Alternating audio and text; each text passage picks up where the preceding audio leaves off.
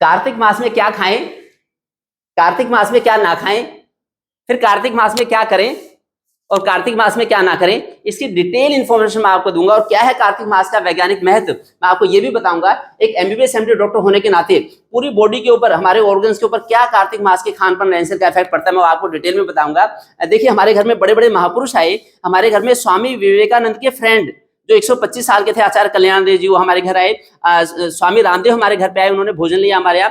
भाई राजवीर जी हमारे घर आए, इन्होंने भोजन लिया। बड़े खुश हुए कि डॉक्टर साहब आप भारतीय संस्कृति का प्रचार प्रसार कर रहे हैं, उसका पालन करते हैं अपने जीवन में, इससे हम उनको बड़ा अच्छा लगा। फिर हमारा पूरा परिवार पिछले कई दशकों से कभी बीमार नहीं होता, कभी कोई दवाई नहीं खाता। हमें एलोपैथी, आयुर्वेद, नेचुरोपैथी किसी चीज की भी जरूरत नहीं पड़ती, हम लोग हमेशा फिट रहते हैं। मैं चाहता हूं कि मेरे सारे व्यूअर्स हमेशा फिट रहें और कम से कम कार्तिक मास के खान पान रहन सहन का ध्यान रखें, पूरे साल भर के लिए अपनी इम्यूनिटी इंश्योर कर लें। तो ये मेरी इच्छा है। तो मैं चाहता हूं कि जैसे हम लोग अगर इसका पालन कर सकते हैं तो आप भी पालन कर सकते हैं। देखिए, जो कार्तिक मास है ये शरद ऋतु है। शरद ऋतु यमराज का साक्षात जबड़ा बताई जाती है। इसमें सबसे ज्यादा बीमारियां होती हैं, चाहे डेंगू चिकनगुनिया हो, चाहे मलेरिया टाइफाइड हो, या चमड़ी की बीमारियां हो। तो इनसे बचने का लिए हमारा खान पान रहन सहन ही एक हथियार है।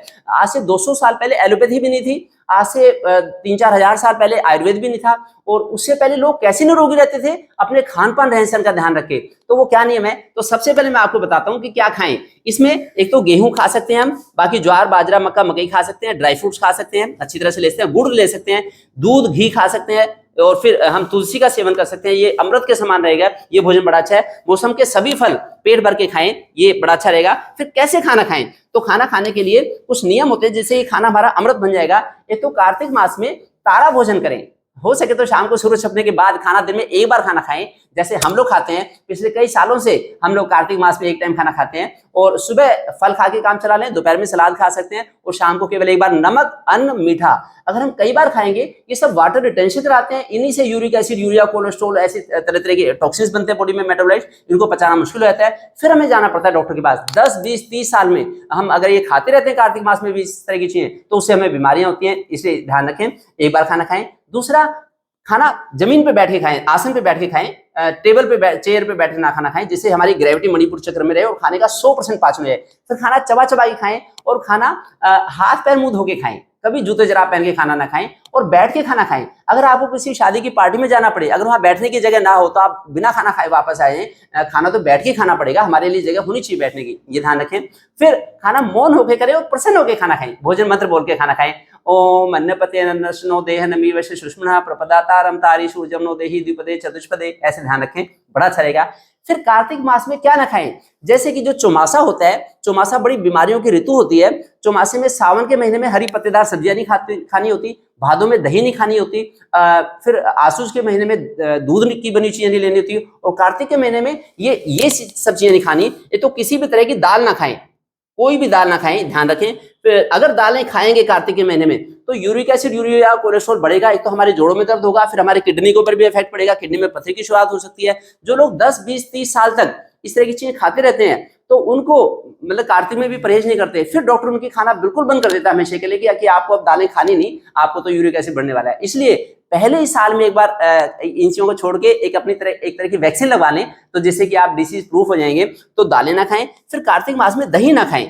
अगर दही खाएंगे कार्तिक मास में, तो फैटी लिवर, पीसीओडी या मोटापा और कब्ज की शिकायत ज्यादा होगी, पेट में ब्लोटिंग सी रहेगी, गैस बनेगी, तो इससे बचाव रखना पड़ेगा, ये ध्यान रखें। फिर कार्तिक के महीने में बैंगन ना खाएं। बैंगन को वैसे तामसी भोजन भी बताया गया है, और वैसे बैंगन गर्म भी ज्यादा होती है। प्रेग्नेंट लेडीज तो बिल्कुल भी ना खाएं। प्रेगनेंसी के समय में बच्चे के ऊपर इसका बैड इफेक्ट पड़ता है। एक तो रंग बिल्कुल काला हो जाता है बच्चे का, दूसरा उसकी ग्रोथ में भी इफेक्ट आता है। ऐसे आयुर्वेद ने रिसर्च की है कि प्रेगनेंसी में बचना चाहिए इससे, गर्म भी होती है। और वैसे भी कार्तिक के महीने में बिल्कुल ना खाएं, क्योंकि कार्तिक के महीने में हमारा पित्त प्रकोप, चमड़ी की बीमारियां बहुत ज्यादा होती हैं। तो इसलिए कार्तिक के महीने में जीरा वगैरह, जो जायफल है, जीरा है, हींग है, तो इस तरह की चीजों से बचना पड़ेगा। कार्तिक महीने में तिल भी ना खाएं, तिल को पचाना बड़ा मुश्किल हो जाएगा। फिर किसी भी तरह की गोभी ना खाएं, लौकी ना लें। फिर बहुत ज्यादा बीज वाले फल, अगर तिक्त फल, ज्यादा तिक्त चीज खाएंगे तो इससे भी फिर हमें फंगल इन्फेक्शन, सोरियासिस के चांस ज्यादा बढ़ जाएंगे। फिर प्याज लहसुन तो बिल्कुल भी ना लें, ये तामसी भोजन है। कार्तिक के महीने में वो ना लें, जिससे कि हमारी साधना हम अच्छी तरह कर नहीं पाएंगे। मटर का उपयोग ना करें, इनसे भी बहुत ज्यादा गैस बनेगी कार्तिक के महीने में। इन चीजों का ध्यान रखेंगे तो बड़ा फायदा होगा। फिर मौसम के फल भी ले सकते हैं, और ये पेठा खा सकते हैं, और हरी पत्तेदार सब्जियां पेट भर के खाएं, उससे अच्छा रहेगा। अब मैं आपको बताता हूं कि कार्तिक के महीने में क्या करें। कार्तिक के महीने में क्या करें? कार्तिक का महीना बड़ा ही सात्विक महीना है। एक तो ब्रह्म मुहूर्त में उठे, इसमें अगर ब्रह्म मुहूर्त में उठेंगे कार्तिक के महीने में तो बड़ा अच्छा रहेगा। ब्रह्म मुहूर्त में उठ के ब्रह्म मुहूर्त में स्नान कर लें। मैं तो 3 साढ़े 3 बजे उठता हूँ, 3:30 4 बजे मैं स्नान कर लेता हूँ। आजकल भी मैं चौमासे में ऐसे ही कर रहा हूँ और चतुर्मास में ही कार्तिक महीना आता है, अब आगे भी ऐसे करेंगे। तो ब्रह्म मुहूर्त में स्नान कर लें, उससे बड़ा अच्छा रहेगा। डायबिटीज की दिक्कत, ब्लड प्रेशर की दिक्कत ये तभी होती है जब हम रहन सहन खान पान के नियमों का धज्जियां उड़ाते हैं, तो इनका पालन करें।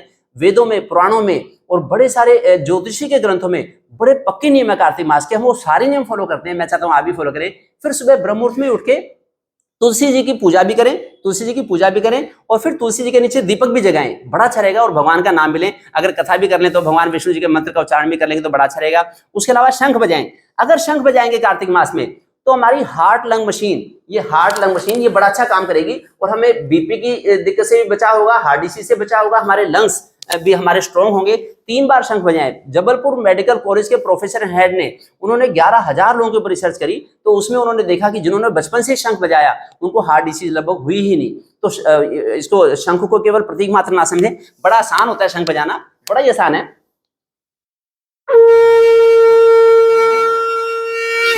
अगर मैं एक एमबीबीएस एमडी डॉक्टर होकर शंख बजा सकता हूं तो आप भी बजा सकते हैं, ये बड़ी अच्छी बात। एक छत के ऊपर ध्वजा लगाएं। अगर छत के ऊपर ध्वजा लगाएंगे तो इससे डिप्रेशन नहीं हो सकता।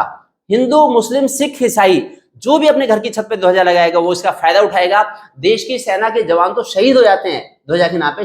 जो ध्वजा है हमें पुरुषार्थ करने की प्रेरणा देती है। अपने ऑफिस में भी ध्वजा लगाएं, अपने घर की छत पे भी ध्वजा लगाएं और अपने जो वर्क प्लेस है उस पर भी लगाएं, अपनी गाड़ी में भी ध्वजा लगाएं। तो ध्वजा का बड़ा फायदा मिलता है, इससे बड़ा मोरल हाई हो जाता है। अगर घर में लगानी है तो नॉर्थ ईस्ट डायरेक्शन में लगा सकते हैं, वेस्ट नॉर्थ डायरेक्शन में लगाते हैं। बाकी यज्ञ भी करें, हवन भी करें, डेली हवन करेंगे तो बड़ा अच्छा रहेगा। सुबह उठ के योग भी करें, डेली सैर भी करें, फिर भजन भी करें। हमें अपने पंच कोशों की शुद्धि करनी है। जो आत्मा है हमारी, आत्मा के ऊपर 5 कवर होते हैं। पंच कोशों की शुद्धि का बड़ा अच्छा समय है कार्तिक का महीना। अगर हम प्राणायाम करेंगे तो हमारा प्राणमय कोश शुद्ध हो जाएगा। अगर हम भोजन के नियमों का पालन करेंगे तो हमारा अन्नमय कोश शुद्ध हो जाएगा। अगर हम स्वाध्याय करेंगे, सुबह उठ के भगवत गीता का पाठ करेंगे, भगवान विष्णु के हम उनके कथा करेंगे, सुनेंगे, उनके मंत्रों का उच्चारण करेंगे तो हमारा मनोमय कोश ठीक होगा। अगर हम भजन करेंगे, कीर्तन करेंगे, आरती करेंगे तो हमारा आनंदमय कोश शुद्ध होगा। इस तरह से छोटी छोटी चीजों का ध्यान रख के आप अपने विषय को वो कर सकते हैं। फिर कार्तिक के महीने में क्या ना करें? कार्तिक के महीने में दिन में ना सोएं। वैसे तो किसी भी ऋतु में दिन में नहीं सोना चाहिए, कार्तिक के महीने में तो दिन में सोने से बड़ी बीमारियां होंगी। आपकी पाचन अग्नि शांत हो जाएगी और फिर आप मतलब उसका भोजन का पाचन कर पाएंगे। और वैसे भी आपका जो हाइपोथैलेमस पिट्यूटरी एड्रिनल एक्सिस है, हार्मोनल एक्सिस स्लो पड़ जाएगा। तो दिन में ना सोएं, रात को जल्दी सो जाएं, बड़ा अच्छा रहेगा। फिर कार्तिक के महीने में सुबह जल्दी उठें, रात को जल्दी सोएं। और इसके अलावा इधर उधर की चीजों में बिजी ना रहे, अपने प्रोफेशन में अपना ध्यान दें, जो भी आपका काम है वो करें, बेकार की चीजों में समय ना दें, क्योंकि साधना का समय, जिससे कि आपके पास साधना के लिए समय मिले। फिर मुझे क्या फायदा हुआ, हमारे परिवार को क्या फायदा हुआ कार्तिक के नियमों का पालन करने से? देखिए, एक तो हमारे परिवार में कभी किसी को मोटापा छू नहीं सकता, किसी को कोई बीमारी ही नहीं। पापा 91 साल के हो गए, 91 ईयर्स के, 100% हेल्दी हैं। और जो मेरी सौम्या गुड़िया है, ये अभी 18 साल की है। पिछले लगभग 12 साल से ये एकादशी के व्रत रखती है लगातार। और फिर इसे 9 साल की उम्र में पूरी भगवद गीता याद होगी, क्योंकि अगर सात्विक माहौल घर में रहेगा तो उसे फैमिली की हार्मोनी बड़ी अच्छी रहती है, उसे फायदा मिलता है। बेटे ने एमबीबीएस एमडी कर लिया है, ये चाइल्ड स्पेशलिस्ट है, तो ये भी कम से कम एकादशी के व्रत तो हमेशा रखता है। ये लोग दोनों लोग हॉस्टल में रहते हैं। तो जितना, देखिए, कार्तिक के नियम 2 तरह के लोग रखते हैं। एक तो जो रखते हैं, जो स्ट्रिक्ट इसके व्रत रखते हैं, नियम पालन। कुछ लोग ऐसे होते हैं कि खाना तो दिन में 2 बार खा लेते हैं, लेकिन जो निषिद्ध भोजन है इससे बचे जाते हैं। जो चीजें छोड़ने के लायक, अगर इनको भी छोड़ देंगे तो भी कार्तिक के महीने में बड़ा लाभ मिलेगा। तो मैं चाहता हूं कि मेरे कोई भी व्यूअर बीमार ना हो। अगर साल में 1 महीना अगर संयम का वो कर लेंगे, जो चीज आपको ज्यादा अच्छी लगती है उसको ही छोड़ दो, तो आपके ऊपर संयम बड़ा, आपका डिटर्मिनेशन फर्म हो जाएगा और संयम, आप बहुत हाई क्वालिटी का संयम आपके अंदर आ जाएगा और बीमारियां कोसों दूर भाग जाएगी। जो निरोगी हैं वो निरोगी रहेंगे, और जिनको बीमारियां हैं, चाहे ब्लड प्रेशर की हो, चाहे डायबिटीज हो, पीसीओडी हो, कॉन्स्टिपेशन हो, मोटापा हो, वो बीमारियां रिवर्स हो जाएंगी। 1 महीना मेरे कहने से करके देखो, आप 1 महीना ये नियमों का पालन करो। और मैं चाहता हूं कि ऐसी कीमती इन्फॉर्मेशन सब लोगों को शेयर करें, लाइक भी करें, कमेंट भी करें, जिससे कि भारतीय संस्कृति आने वाले समय में सिर चढ़ के बोलेगी। जैसे हमारे देश के प्रधानमंत्री नरेंद्र मोदी जी इतना प्रचार प्रसार करें भारत की संस्कृति का पूरे विश्व में, मैं चाहता हूं कि आप भी इसका प्रचार प्रसार करें। जो भारत की ज्योतिषी है वो वो सभी विधाओं की मुकुट है, मणि है, तो उसका लाभ उठाएं। भगवान राम ने चतुर्मास के नियमों का पालन किया, तो उन्होंने 4 महीने तक लंका के ऊपर चढ़ाई नहीं करी, कंदमूल फल खा के काम चलाया। भगवान कृष्ण ने जो भगवान भारत की ज्योतिषी शास्त्र का पूरा मुहूर्तों का ध्यान रखा कि किस मुहूर्त में क्या करना है क्या नहीं करना। तो मैं चाहता हूँ कि आप भी ध्यान रखें, हमेशा फिट रहें। Thank you.